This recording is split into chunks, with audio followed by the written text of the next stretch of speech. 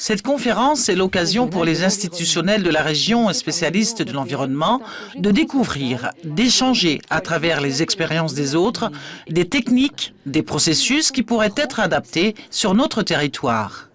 On a eu une visite à Bora Bora, donc du casier, donc c'est-à-dire de l'endroit où on met les ordures ménagères sur site.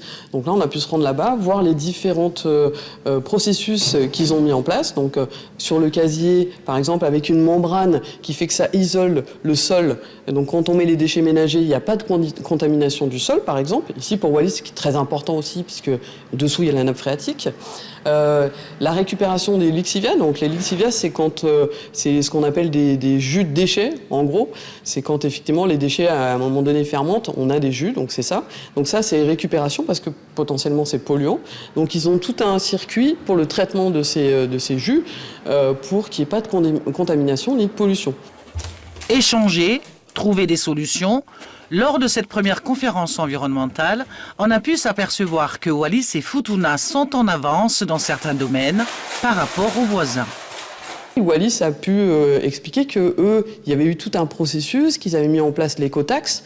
Et ça, c'est quelque chose qui, par exemple, sur la Polynésie, et notamment sur Bora, est prévu d'être mis en place. Pour rappel, tous ces projets mis en place dans le cadre de dispositifs intègres sont financés par le 10e FED, Fonds européen de développement. Un peu plus de 140 millions de francs pacifiques, c'est l'enveloppe accordée à Wallis et Futuna de 2013 à 2018.